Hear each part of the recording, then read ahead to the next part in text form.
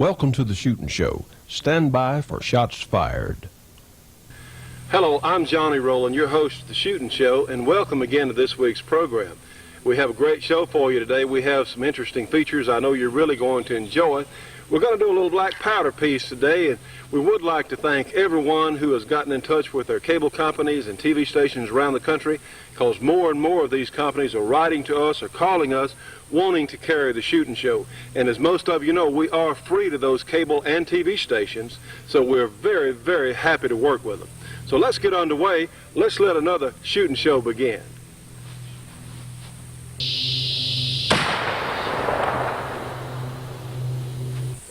All right, friends, here are some of the things that we're going to be using in our black powder shooting. We have, of course, our 50 caliber black powder Thompson Center Hawken rifle. We have a ball starter, which is the object there in your screen with the round tip and the brass piece coming out of the round ball, and also the longer piece coming out of the back there. We have a capper, we have a powder measure, and of course we have the percussion caps. Those happen to be CCIs. And we have some double F black rifle powder. We have some buffalo bullets, which are pre-lubricated. We have some RB-17, which you folks have seen on the show. It's a wonderful cleaning agent for any type of firearm, but it also cancels the corrosive effect of black powder residue. So if we can't clean our gun right away, we can put RB-17. If we are going to clean it, use RB-17. And if we can't clean it right away, we can still put RB-17 on the fouled parts of the rifle, inside the barrel, on the nipple, and it'll keep it on for some time before it won't rust, in other words, before we can get around to cleaning it. And we also have some paper towels, and we have our box of accessories, which is such a handy thing to have. You know, friends, black powder is such a great sport. It's something that takes us back in time. It exposes us to what some of the historical things that our forefathers and far distant ancestors, in some cases not so distant, had to contend with when they used firearms. It helps us appreciate the modern cartridge loading firearms as far as speed goes. But these black powder guns, these muzzle loaders, can be surprisingly accurate. And of course, with the fall season coming up, it's not that far off. A lot of people who hunt with centerfire or cartridge rifles, and handguns too for that matter, also hunt and take advantage of the black powder seasons, so they will have a black powder gun or two that they will hunt with. Now, these are not typically used at the ranges, say, that a 30-06 or a 270 or a 7mm Magnum would be out at 200 and 300 yards.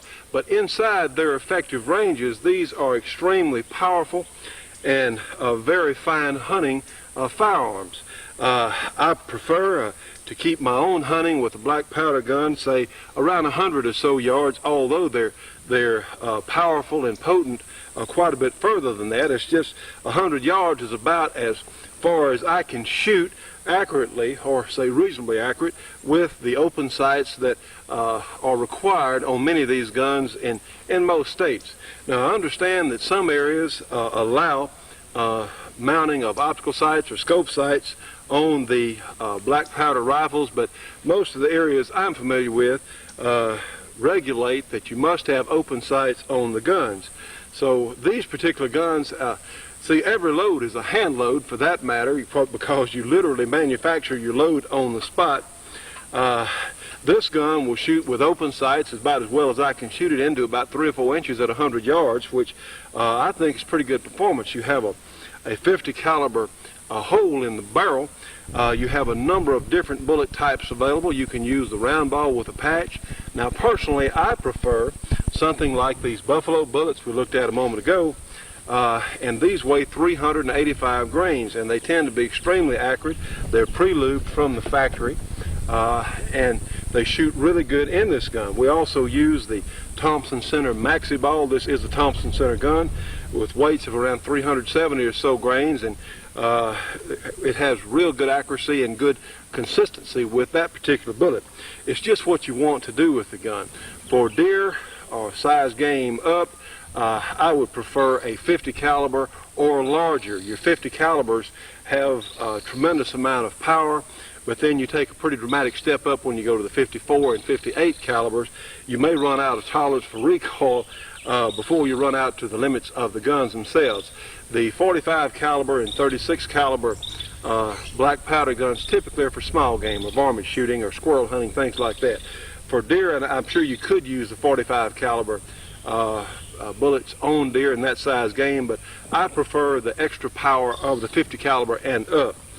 We featured this gun on the program before. I've had this gun for a number of years, and it has really been, in fact, we haven't had anything go wrong with it for that matter. That's one of the beauty parts about black powder firearms. They are simply made.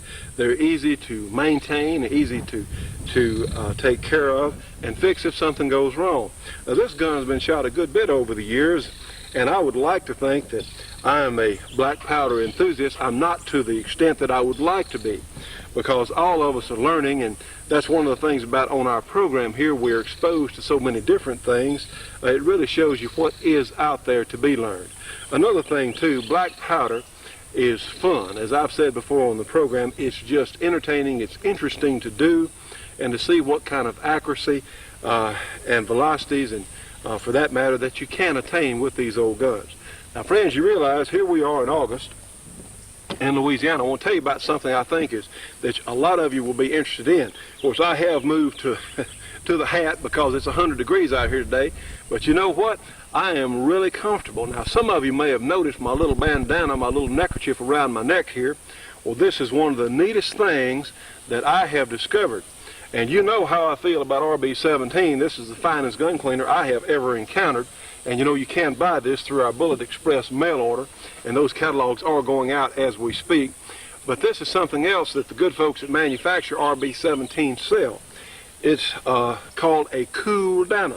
It looks like just a regular old rolled up bandana, but it has a chemical that absorbs 400 times its weight in water.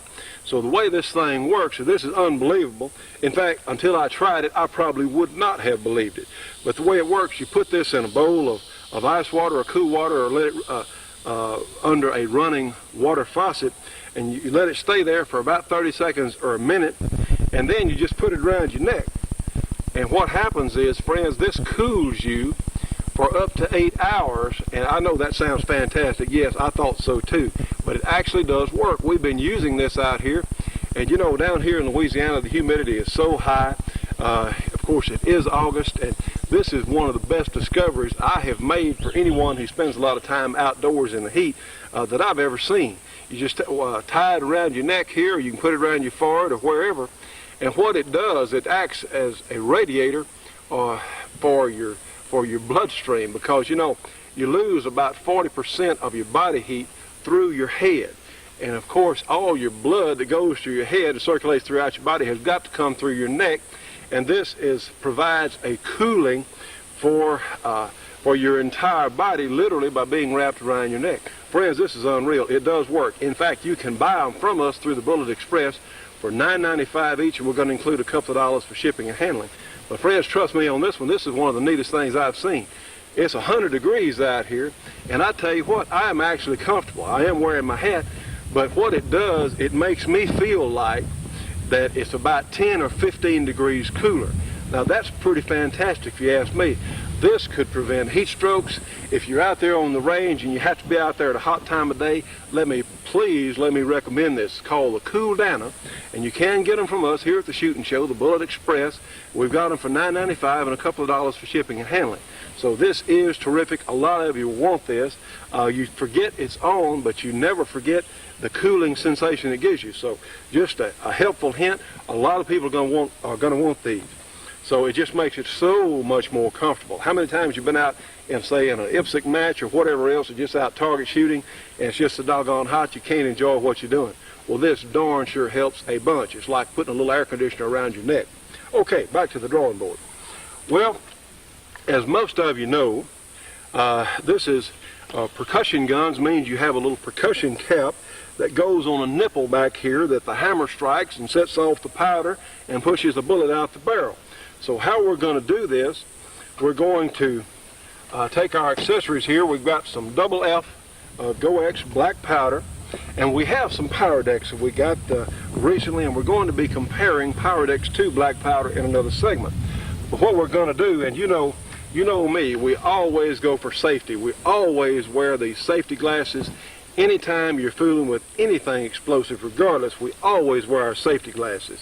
And hearing protection is not a bad idea even when loading one of these, because if a cap goes off or something, it is loud, and you want to protect your eyes and your ears certainly. So what we're going to do, I'll remind you that we never load one of these guns out of the can. Not ever, never, because what we do normally under loading, we will fire a couple of caps to clean out the oil and whatever residue that may be left in the barrel from our storage or cleaning. You darn sure want that barrel dry, so if you had a spark or anything and you poured that powder in out of that whole can here, well, you're literally holding a bomb. So you just don't want ever to put powder in the barrel out of a can. So what we're going to do today, typically I use a flask, which you have a small amount of powder in the flask, and it's handy to handle. But today we're going to pour 100 grains of black powder into our powder measure.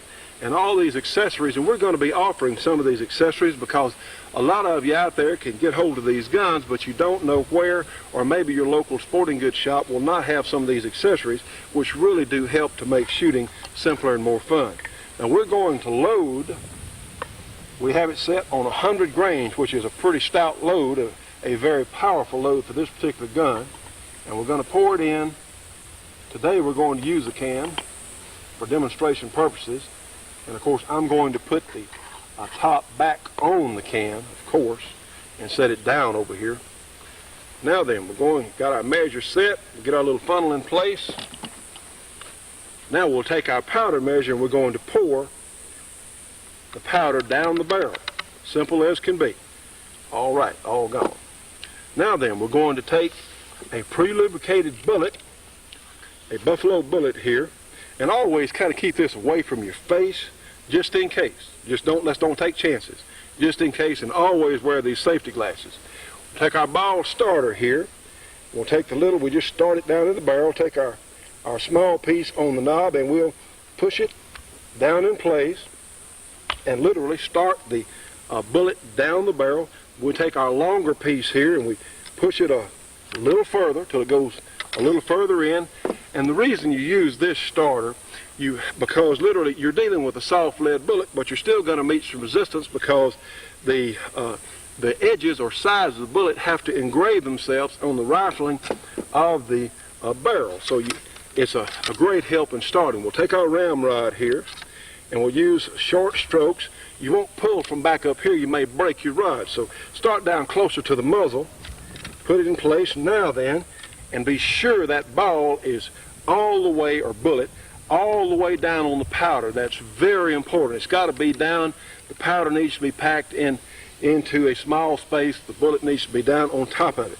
Okay, we'll take out our ramrod and replace it underneath our barrel here.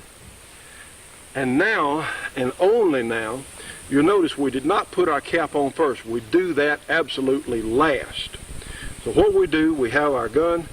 We're going to go ahead and cock our gun, always holding the muzzle in a safe direction. There are no exceptions. We always hold the muzzle in a safe direction. And we'll put a percussion cap on the nipple and press it down in place. Be sure it's all the way down. Now then, I'm going to put my thumb on the hammer and pull the triggers and gently let the hammer down and put it on half cock. That's the nearest thing you've got to a safety on these guns, is your half cock. And of course you have a loaded and ready firearm now. I don't care if it is black powder, it's a powerful firearm. And now we need to observe all the rules of safe handling that we do with any other loaded firearm. And that's to, of course, never point at anything that we cannot afford to destroy. But these guns are so much fun. Let's shoot it over here at a target and let you look at it offhand, see what you think. Stay tuned for more of the Shootin' Show after this break for your local cable company or TV station.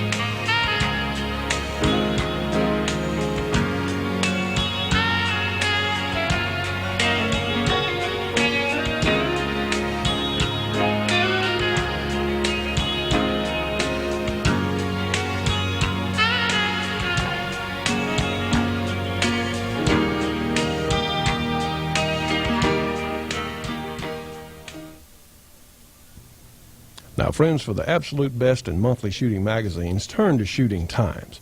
They have all sorts of excellent features on handguns, rifles, shotguns, and black powder by some of your favorite gun writers.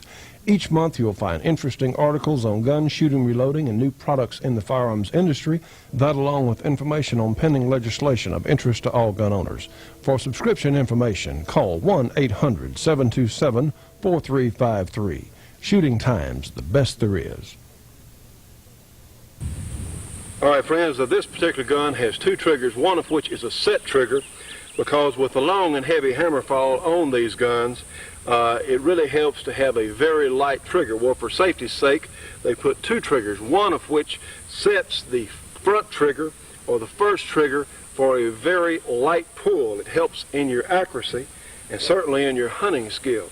So let's see what it looks like when we shoot this 50 caliber black powder Thompson center. All right, we'll go ahead and we'll pull our back trigger and set the front one. It only takes just a couple of ounces to set the other one off. So here we go, and they are powerful. Now you've got a good bit of recoil. It's more of a push than it is a sudden rout, like I say, center fire, a high-powered rifle.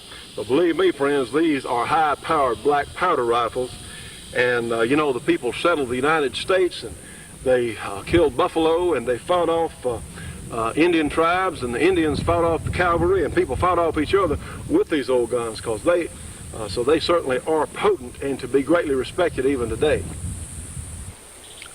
So friends, if you want to hunt this fall with a black powder gun and really open up a whole new area that you may not have even considered before, and believe me, if you're not familiar with black powder and you like guns, well, you really have something to look forward to, because one, it'll be an education, and two, it's going to be just a tremendous amount of fun.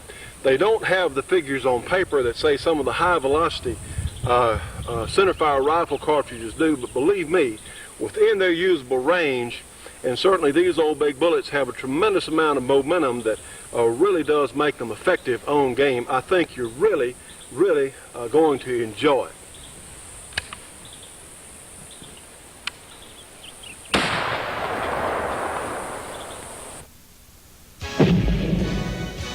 Awesome firepower, precision rifle skills.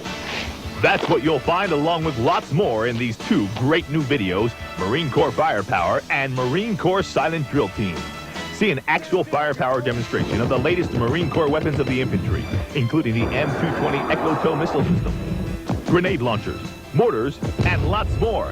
Plus the Marine Corps Silent Drill Team, an incredible display of precision rifle handling skills by the most respected and admired rifle squad in the world. Two great new videos for one low price, just $19.95 through this special TV offer. Marine Corps Firepower and Marine Corps Silent Drill Team. Two videos for the price of one. Call and order yours right now. Call toll-free with your credit card ready, 1-800-942-8273. By ordering today, you'll receive this 32-page gun video catalog absolutely free. So order now, 1-800-942-8273. Call now. And now, friends, we're proud to present Lieutenant Colonel Art Alphin, retired formerly of West Point, and his information on one of the great historical pieces that so many people are interested in today. And of course, Art has the great A-Square Company, and they build some of the finest high-powered rifles and some of the finest ammunition that's available in the entire world today. A-Square, that's 1 Industrial Park, Bedford, Kentucky. That phone number is area 502-255-7456.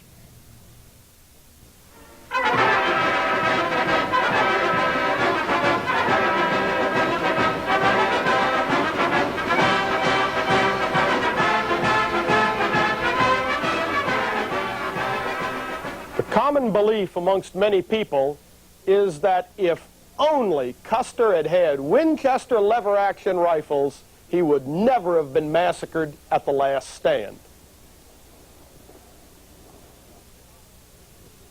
You've seen the Model 1873 Springfield before. It is an improvement of Erskine Allen's trapdoor of 1866. This weapon, in carbine form, was the weapon of the 7th Cavalry. This is the 1873 Winchester. It holds 12 rounds in its tubular magazine. In order to fire, The shooter need only move the lever down and up. This extracts and ejects the old cartridge case, feeds a new cartridge into the chamber, and cocks the rifle.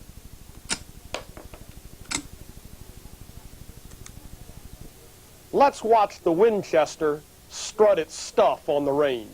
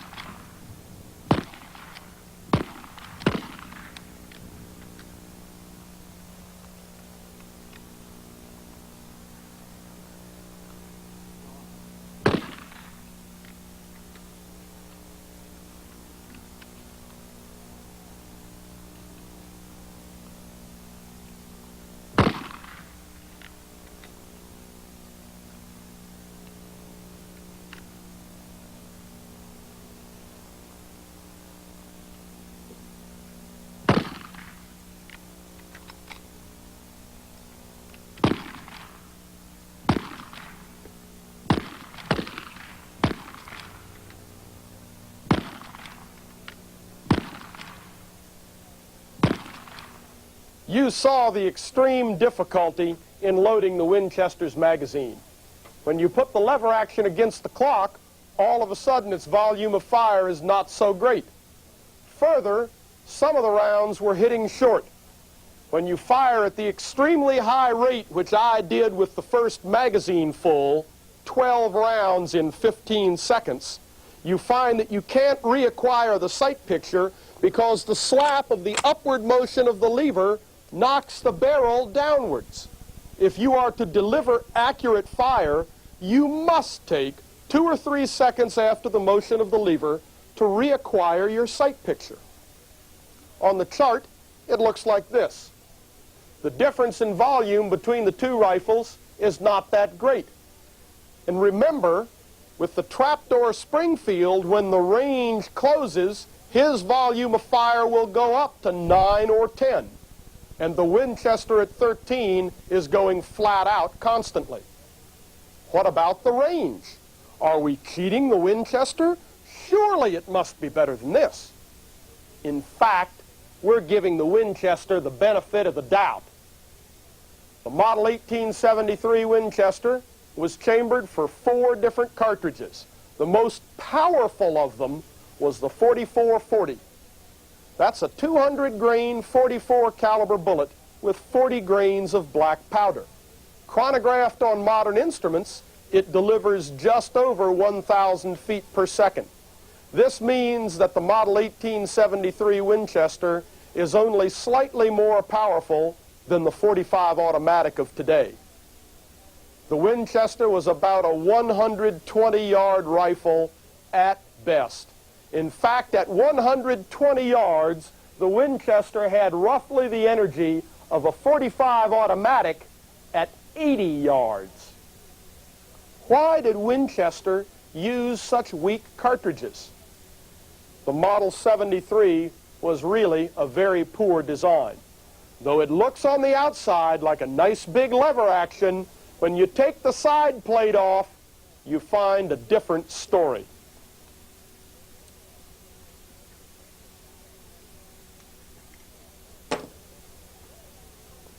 The bolt is held forward by this toggle arrangement, and the toggle is held closed by the fingers holding the lever against the grip of the rifle.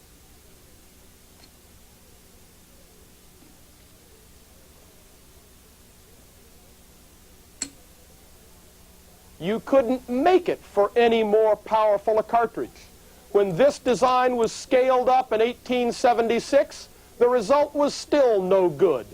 The design is weak and extremely inefficient in length. It simply will not take long, powerful cartridges. Further, Mr. Winchester's production couldn't keep up with his boasts. In 1873, he produced only 126 rifles. It wasn't until the 1880s before Oliver Winchester was capable of consistently producing these rifles in large quantity. When he did produce them, he was producing them for deer hunters, other people who were shooting at close range, and for people who wanted a rifle that fired the same cartridge as their revolver. It was not until 1886 when manufacturing capability and design caught up with desire. These came together in the 1886 Winchester. You can see the two locking lugs sliding in corresponding slots in the receiver which lock the bolt closed.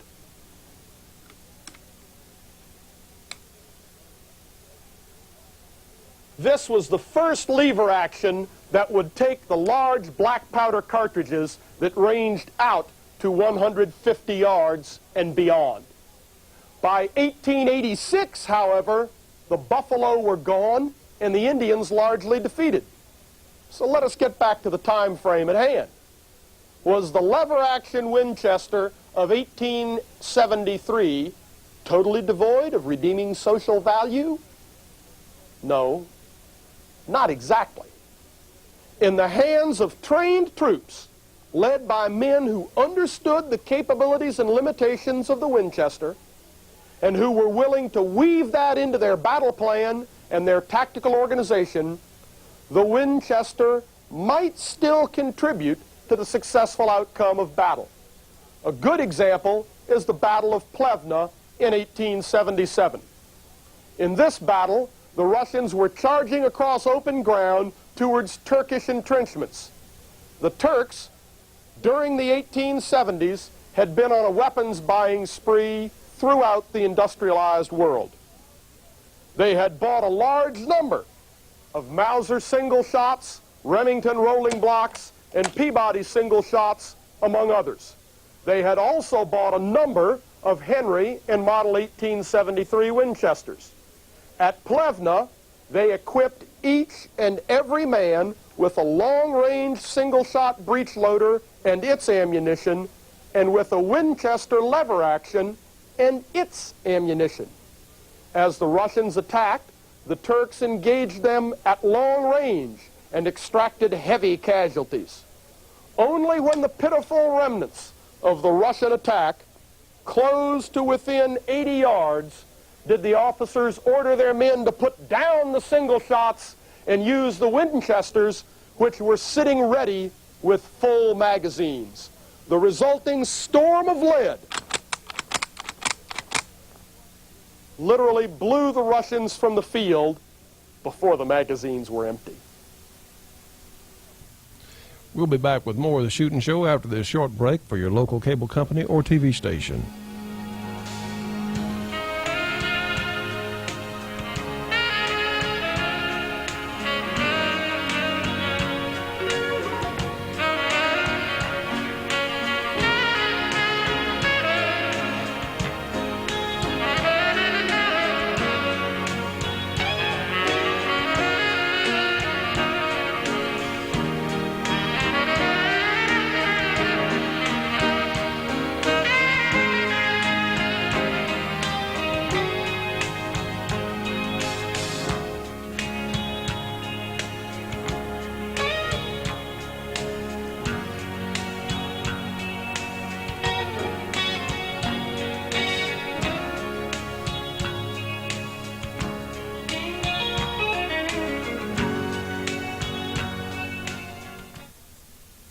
I'm Kay Clark Mitchellett of Clark Custom Guns in Keithville, Louisiana.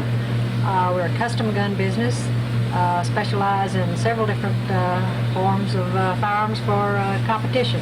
Everything from accuracy jobs on revolvers, complete tricked out 1911s for bullseye, IPSC, steel challenge, any type of match you want to shoot. sample of a tricked out for steel gun. We also do work on Ruger 22 rifles. This is a sample of our conversion for the Chevy Truck Challenge, where this gun is very popular. Now, friends, you've seen us feature some of the Clark custom guns on other programs, and need I say more, but they're world-class. They're made by champion shooters for champion shooters. Clark custom guns, Post Office Box 530, Keithville, Louisiana, 71047 is the zip code. Their phone number is area 318-925-0836. And I want to remind you of all the custom work they do. Well, naturally, they have some parts left over. And some of these parts are off brand new guns. So I think they have some Ruger 1022 barrels, factory stock, that are just like new for that matter, for only about $15. So give them a call and check on their parts, or see what other custom parts they might have available. How about the 7th Cavalry at the Battle of the Little Bighorn in 1876? Would Winchesters have saved them? I doubt it. The 7th Cavalry had a very high percentage of raw recruits. Discipline was quite poor, and there was little strong junior officer or NCO leadership. Custer, with his 5 troops or companies, allowed himself to be surprised by a vastly superior enemy at close range. Based on the location of the bodies, it is apparent that his companies were out of mutual supporting distance. They could not mass their fire, and Custer either made no attempt or could not make any attempt to do any better. The Indians were at close range when the contact started, and they literally stormed over the troopers. I should point out that based on the evidence of weapons confiscation from the Indians in the period 1876 to 1892, we can assume that of the Indians that attacked Custer, only 1 in 3 had a firearm, and of that 1 in 3, fewer than 1 of 3 again, 1 of 3 again, had any sort of breech loader or repeater whatsoever. Out of those weapons, you could expect a further 20 to 25% that would not work due to lack of spare parts or ammunition. Custer engaged a numerically superior enemy under conditions that suited the enemy's weapons, mostly bow and arrow and shock weapons, and his numbers. No other weapon in existence at that time could have saved Custer. How about the other portion of Custer's command, Reno and Benteen? They paid a heavy price in close-range engagements with the Indians as they retreated to the top of a hill.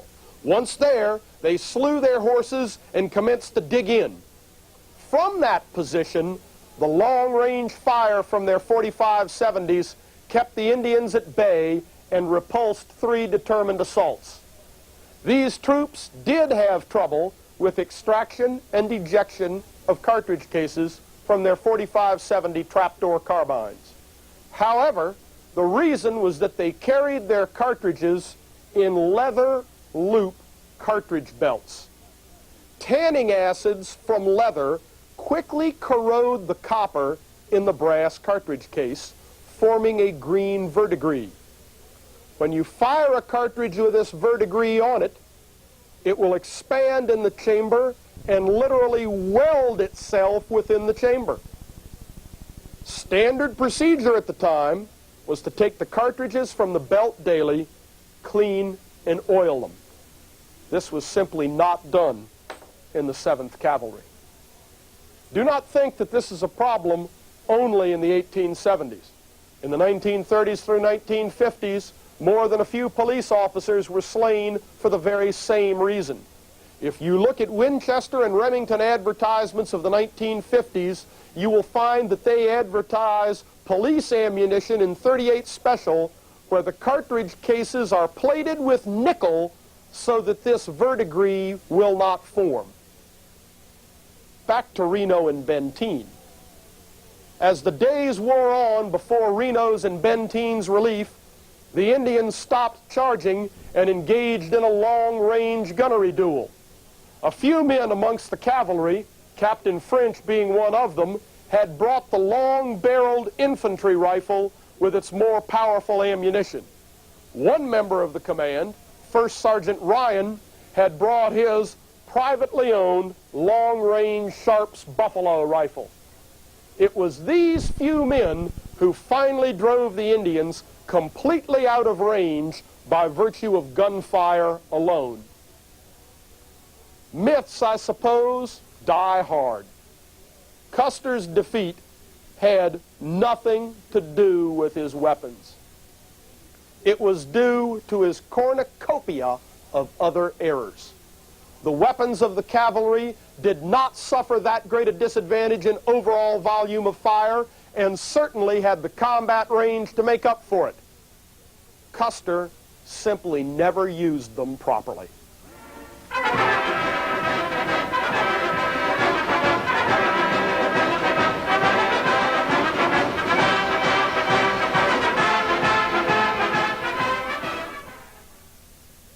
Hi, I'm Bill McIntyre with another update from Washington, D.C. here at National Rifle Association headquarters. For the first time in its history, the Federal Bureau of Investigation has marched into politics to attack law-abiding gun owners by recommending radical gun control laws. This attack could spell disaster for civil rights and the Second Amendment rights of all Americans. FBI officials have officially recommended that the Justice Department endorse a wide range of gun control proposals like mandatory licensing, semi-auto bans, ammunition bans, and additional manpower to increase regulation of licensed dealers. This unprecedented action is beyond the purview of the FBI, repugnant to American freedoms, and an ominous sign of police state tactics against law-abiding gun owners. Since the FBI was founded in response to government corruption, there's been widespread concern that the Bureau might become a potent national political police force. Recognizing that danger, the FBI acknowledged it should remain apart from politics because engaging in political debate would destroy the confidence of the executive branch, the Congress, and the American people.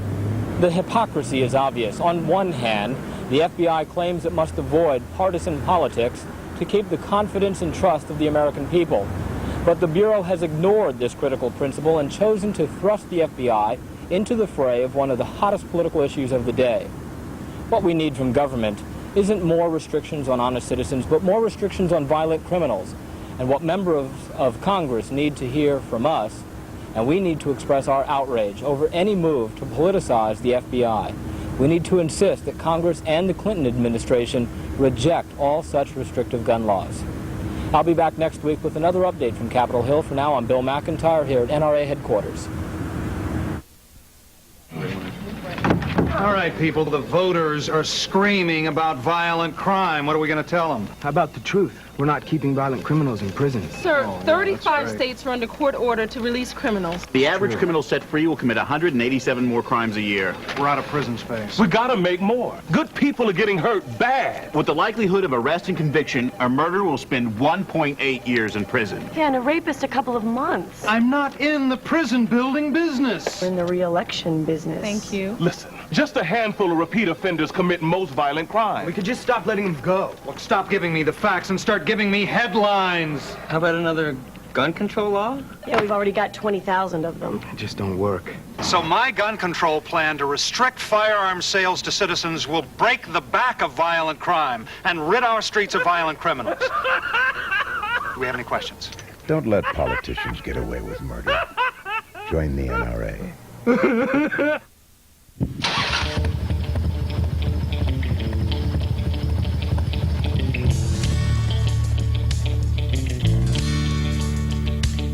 I'm proud to be an American, thank God our country's strong.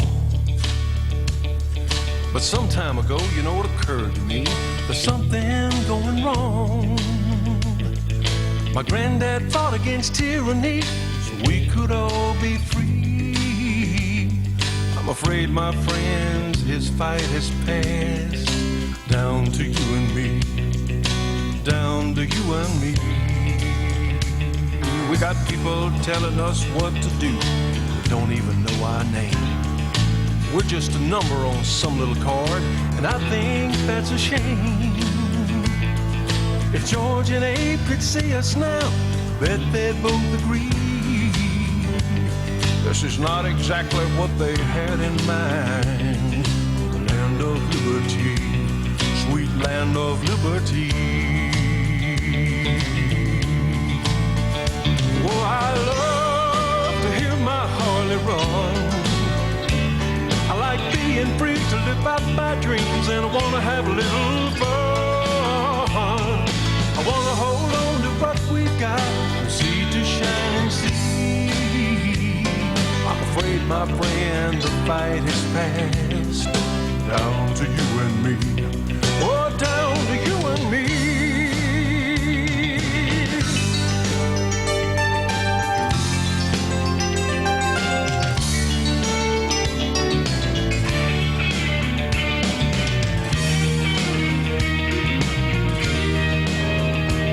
We got politicians and bureaucrats all telling us what to do. And they don't seem at all concerned about what they put us through. They tax and spend like there's no end, throw it all away. Just keep in mind there'll come a time when nobody's left to pay. Oh, nobody's left to pay. There's people that wanna lock us up just to keep us away from harm. They want a police state to give us orders, but they can get us unarmed. There's folks that say they know the truth. Well, they saw it on TV. We got some boys on Capitol Hill, don't wanna have us free. No, they don't wanna have us free.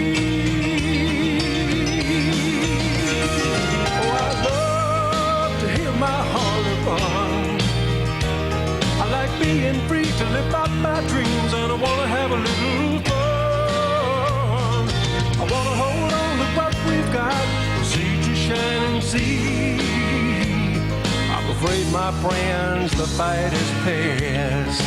Down to you and me. Well, down to you and me.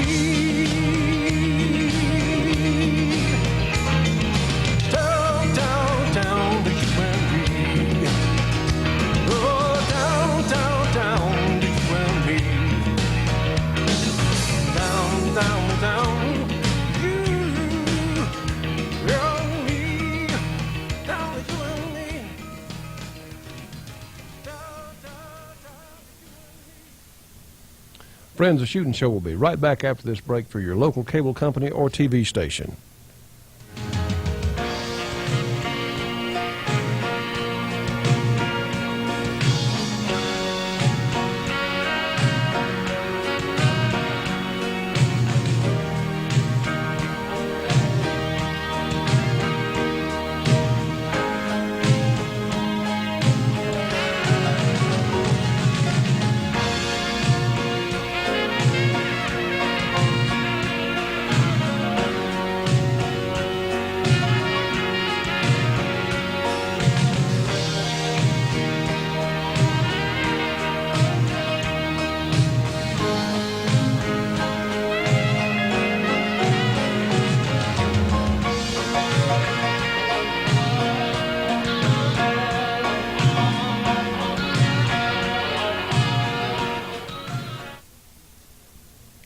You know, friends, we get all kinds of letters and phone calls of people asking about what's good for self-defense. And occasionally someone will say, well, in my job or my line of work or my whatever station in life, I cannot carry a firearm.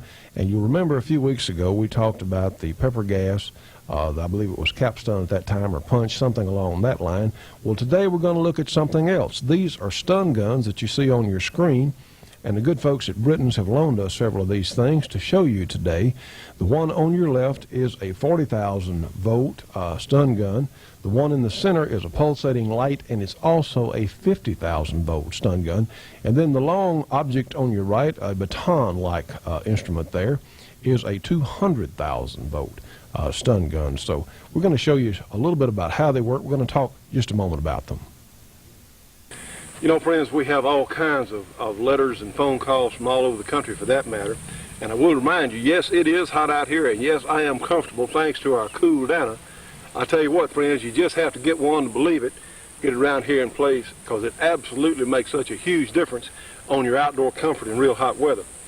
Okay, we have some stun guns here, and I say stun guns because what happens is these have an electrical charge that is certainly not a fatal type charge. What these things do is when you hit someone or something or an animal with them, and we're primarily thinking here self-defense of a person, what happens is you pull the trigger and you get a little burst, a little crackle across the poles here.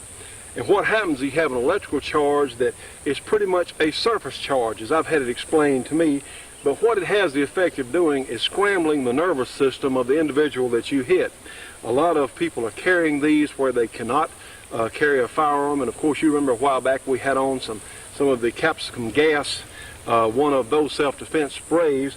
But this is a little different. And of course, I have been hit with one of these on a trial basis, and they'll trust me, they'll make you turn loose. This is a 35 or 40,000 volt unit. Now this one is a little stronger. It has the pulsating light, and it also, of course, has the electrical charge. But the light here would have the effect, hopefully, of warning an attacker or letting them know that, hey, you can sting them with this stun gun. And it's pretty darn effective. This is 50,000 volts, and it gets your attention, believe me. You don't have the amperes or watts, shall we say, of power, and I'm sure I'll get letters correcting me on my terminology this week. But anyway, these are not fatal charges, but they do have that effect. If you hold one on a person for a few seconds, it'll have the effect of disorienting them. They'll fall down. They'll quit what they're doing in most cases. On these smaller units, I have heard of a couple of cases against larger or extremely drugged people that they weren't as effective as might have been hoped. But on most cases, they really are effective at what they do. Now then, we have one more, and our good friends at Britton's have loaned us these stun guns today to use on our program. And this particular unit retails for about $160. These other two are around $50 or so. But this one is 200,000 volts, and it is much more powerful. And of course, you have a switch to turn it on one side, and then you have the trigger on the other. And watch this. I don't know if you can see it in our sunlight today, but I'm sure you'll be able to hear it. And literally, it flashes up and down the entire length of the baton. Now, what I can see this would be good for would be a security guard or someone who could not carry a firearm. This, I'm sure, would be a very effective unit. And for some unknown reason, at least unknown to me, let's put it like that, the individual you hit, even if they grab you, the charge does not come back to you. So for that matter, they're in trouble, you're not, even if they've got hold of you. The disadvantage on any unit like this is you have got to be within reach. Now the bad news is, if they've got a weapon and you come at them with this here, they may shoot you. If they've got a knife, they may try and cut you unless you can get to them first with this. If you're just in an argument or a fight with somebody, a physical argument, as I'm thinking of a fight, or you're under attack by an unarmed person, I would think this would be a very fine alternative. Say, a lot of ladies carry these if, say, you got grabbed from behind to reach back, hit their leg, hit them anywhere in the body, anywhere you can on that individual, would certainly be good. This, you could touch anybody. Oh, you've got a little extra reach here just to the nature of the length of this particular unit. But I believe this would be, I'm not going to try this one, no. I did test a 100,000 volt one, and trust me on this one, you turn loose real quick. But 200,000, no, I don't think I'm going to test this today. But this is available. It is not a replacement for a firearm. It is not the same thing. But in certain instances where you cannot carry a firearm, this is in addition to your defensive battery. I'm not going to call it an alternative because it's an entirely different thing. And the problem is, to use one of these, you've got to touch that other individual with it. If you're under attack and you can, it'll help maybe get somebody off of you or whatever, well, that's great. But you have to use these or think of them in the parameters of what they're designed for and how they work. They will not replace a firearm, but as I said earlier, they will be a good addition to our defensive battery. So, isn't that neat?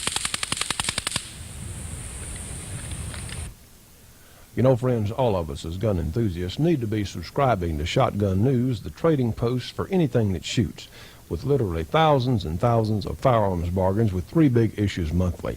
Shotgun News, Post Office Box 669, Hastings, Nebraska. The zip code is 68902. Their phone number is area 402-463-4589. MasterCard or Visa for subscriptions only. Call 1-800-345-6923. Now, friends, you remember on last week's program we had started our feature on the American Derringer, and this particular one I'm holding here is in .357 Magnum chambering. Well, let's go ahead and complete that piece today. We've had a lot of interest in that this past week. So let's take a look again at our .357 Magnum American Derringer. You can see that the bullet is, at least half as long. The complete cartridge is about half as long as the barrels are here. But still, you do get a pretty good bit of velocity, more so than you'd think. Now, this particular gun is not for the faint of heart because it does have a considerable amount of recoil, but in a life-threatening situation, I don't think that the recoil would be what a lot of us would be concerned about. We're going to be concerned about what it's doing on the other end. This is a gun that will be a terrific backup gun for a police officer, or if you could not possibly carry a larger gun, but you still needed the extra power. Now, American Derringer, they're located down in Waco, Texas, and I hope we'll get to go through their factory at some point soon. But they've been making these guns for a number of years. Their workmanship is real good. The little button safety on the side here is a good idea because it would prevent the gun if it was dropped or somehow the hammer was struck inadvertently. It would prevent it from going off. So also with snake shot at close ranges, this would be a very fine gun to use on small pests or on snakes. So let's shoot it, and in fact, let's let you look at it. We're going to put I don't think you worry about a speed loader. Heck, you only got 2 holes. But anyway, we're going to load with silver tips, and we have our safety applied. All right. Like I said, this thing does kick, but it is not. It's not too terribly intimidating. If the kick in the .357 chambering is too much, well, you can always shoot .38 specials, which would kick a whole lot less. But you still got the capability of some pretty serious power. When you got 145 or silver tips or 145 grain bullets moving 1,100 feet per second, well, heck, that's stronger than a 9mm out of a full-size gun. So anyway, let's just let you see it. Get my hearing protection in good. Okay. Let's watch it in my hands anyway. Yeah, it does sting a little bit. But again, consider what we've got here. And I want to remind you, these guns are available in a whole multitude of chamberings, from the .22 long rifle up to and including the .45-70. So let's shoot it again. Right over there. Yes, you can hold on to it. My hands are slippery today. A lot of power in a small package. All right, friends, we'll unload the gun, push up on the ejector there. We're going to reload it, and let's shoot a short-range group. Now, admittedly, these guns are not target guns. They're not, put our safety on, bring cock back a little bit, put our safety on. They're not designed to hit a target out at 25 yards. These guns were designed for up close and personal defense. So on our paper target here, let's see just how we're going to be shooting at this center ring here. And although we're pretty close, let's see how it groups in a fairly rapid scenario here. All right, we'll do it, and well, we blew our target down again. What happens is our tape is not holding up too well here in the heat. Now we'll put it back in. Well, and of course, realize you get a lot of muzzle blast out of these little guns, and especially we saw it on our Coonan there. Tremendous amount of muzzle blast, and it's tough on these paper targets. Anyway, we did get one in the center there on our X. Let's try it again. Same drill. Okay, we got another one in the ring right here. So again, it is usefully accurate at the ranges at which it was designed. So friends, if you're looking for a small yet extremely powerful, and for that matter durable and reliable backup gun, or you need a small but powerful gun for defense, this is something that I would certainly suggest taking a look at. Now friends, we want to remind you that we have the new Bullet Express mail order that has begun. We're just lining up some products there that we are offering. And of course you've seen RB17 on the show today. You've also seen this fantastic cool downer. And of course this particular piece you just watched was shot last week, and I sure needed it then, believe me. But we're offering that for $9.95 plus $2 postage and handling. But also, our music video that you saw earlier is for sale for $17.95 for the video. We've got our music tape, 10 of my songs on it, including Down to You and Me for $9.95. Also, our T-shirts are in $14.95. We have sizes large and extra large. And also $12.95 for our official shooting show cap. And please, folks, remember our sponsors, because you know what? These people with these commercials on this show are what's making our program possible. The only continuous shooting show that's ever been is us, and we need all the support we can get. We appreciate every one of you out there who are viewers every week. You know, reliving the past can sometimes open up a whole new future. Hi, I'm Grits Gresham, and take it from me, muzzleloading guns offer a brand new kind of old-fashioned shooting fun. Muzzleloaders provide a uniquely different way to test your shooting skills, and you can also hunt during the special muzzleloading season. So take a step back in time and give muzzleloading a try. And to make sure you get the right black powder gun and gear you need, see the real pro in your community. Friends, this is Johnny Rowland, and we want to thank you for being with us for another edition of the Shooting Show. We have sincerely enjoyed bringing it to you. Remember, if you have some special function going on in your area, please let us know. There's a chance that Kurt or myself might possibly be able to cover it. So until next week, we'll see you on another Shooting Show.